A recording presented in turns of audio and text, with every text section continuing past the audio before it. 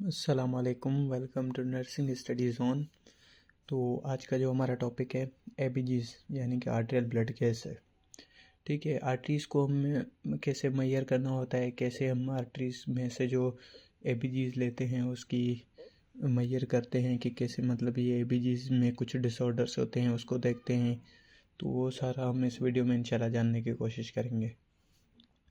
तो सबसे पहले हमें ये पता होना चाहिए कि पीएच क्या होता है, पीएच की नॉर्मल वैल्यू क्या होती है, पीसीओ2 क्या होता है, HCO3 या उसके अलावा PaO2 या फिर सेचुरेशन जिसे हम SaO2 के नाम से भी जानते हैं। ठीक है, तो उसके अलावा उनकी नॉर्मल वैल्यू क्या होती है ये सब आप देख लें। नॉर्मल वैल्यू होती है इनकी। तो पीएच जो होती है हमारे पास एसिडिटी या फिर अल्कलाइनिटी शो करती है। ठीक है, और PCO2 जिसमें हमें रेस्पिरेटरी कंपोनेंट का पता चलता है, और इसके अलावा मेटाबॉलिक कंपोनेंट का हमें HCO3 से पता चलता है। तो ये डिसऑर्डर्स होते हैं हमारे पास रेस्पिरेटरी एसिडोसिस जैसे हो गया, रेस्पिरेटरी अल्कलोसिस हो गया, या मेटाबॉलिक एसिडोसिस या मेटाबॉलिक अल्कलोसिस हो गया। ठीक है, तो कुछ स्टेप्स होते हैं, उस स्टेप्स के अकॉर्डिंग हम चलेंगे तो हमें इंशाल्लाह एबीजीज को मालूम करने में या एबीजीज पढ़ने में हमारे पास मसला नहीं होगा। तो हम स्टेप्स देखेंगे ये। सबसे पहले look at the pH. PH को हम देखेंगे वो एसिडिक की तरफ है या अल्कलाइन की तरफ है। सबसे पहले हमें नॉर्मल वैल्यू को पता होना चाहिए कि ये इसकी जो नॉर्मल वैल्यू होती है वो 7.35 टू 7.45 तक होती है।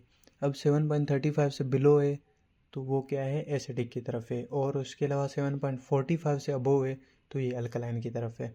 और इसके अलावा रोम को अभी छोड़ो, और इसके अलावा हम PCO2 देखेंगे। इससे हमें रेस्पिरेशन का पता चलेगा कि रेस्पिरेशन में इशू है या नहीं।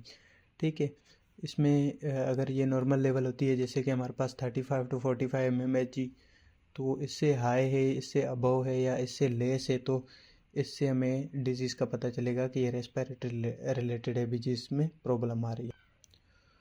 अब उसके बाद हम मेटाबॉलिक की तरफ आएंगे, जिसे हम HCO3 की मदद से देखेंगे कि HCO3 में मतलब एल्टर हो रहा है, तो इससे हमें मेटाबॉलिक का पता चलेगा, यानी कि किडनी से रिलेटेड कोई इशू है।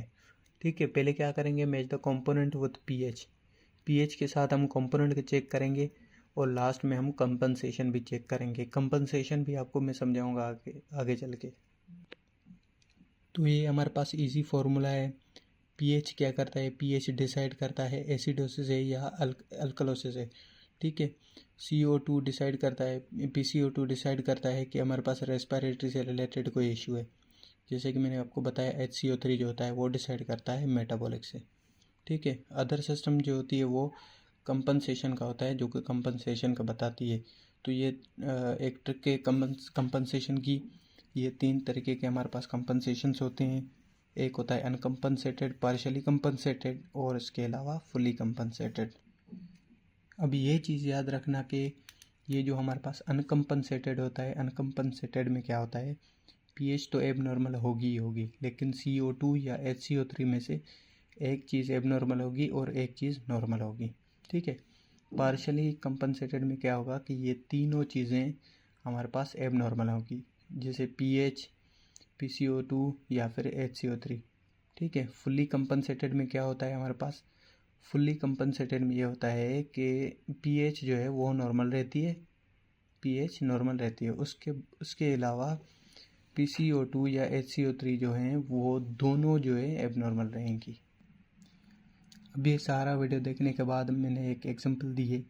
ये पीएच जो है इसकी 7.28 आ रही है। ठीक है, PCO2 जो इसकी आ रही है वो 52 है, यानी कि हाई है। ठीक है, HCO3 क्या आ रही है, उसकी 24 आ रही है, यानी कि नॉर्मल है। ये रेंजेस जो है हमने ये जैसे ऊपर देखी, ये नॉर्मल रेंजेस हमें पता होना चाहिए। ठीक है, अब देखो पीएच क्या है हमारे पास 35 से बिलो है, 7.35 से। ये क्या है हमारे पास लो है, यानी कि बॉडी एसिडोसिस की तरफ है। तो इससे हमें पता चल गया कि बॉडी एसिडोसिस की तरफ है। और इसके अलावा PCO2 में एबनॉर्मलिटी क्या है, ये हाई है। हाई है तो इससे हमें ये पता चल रहा है कि रेस्पिरेशन की वजह से एसिडोसिस हो रही है। अब हमें ये तो पता चल गया कि रेस्पिरेटरी एसिडोसिस है, क्योंकि HCO3 ये नॉर्मल आ रही है। ठीक है, अब कंपनसेशन का पता लगाएंगे। कंपनसेशन का पता कैसे लगाएंगे?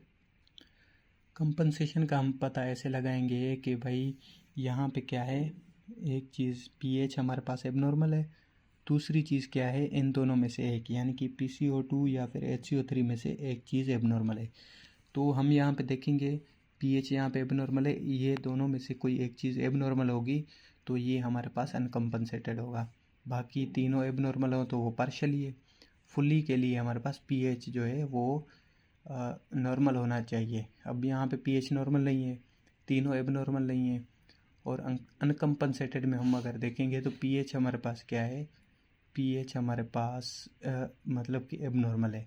इन दोनों में से भी एक चीज़ अल्टर है, तो इससे ये पता चलता है कि ये अनकम्पनसेटेड है।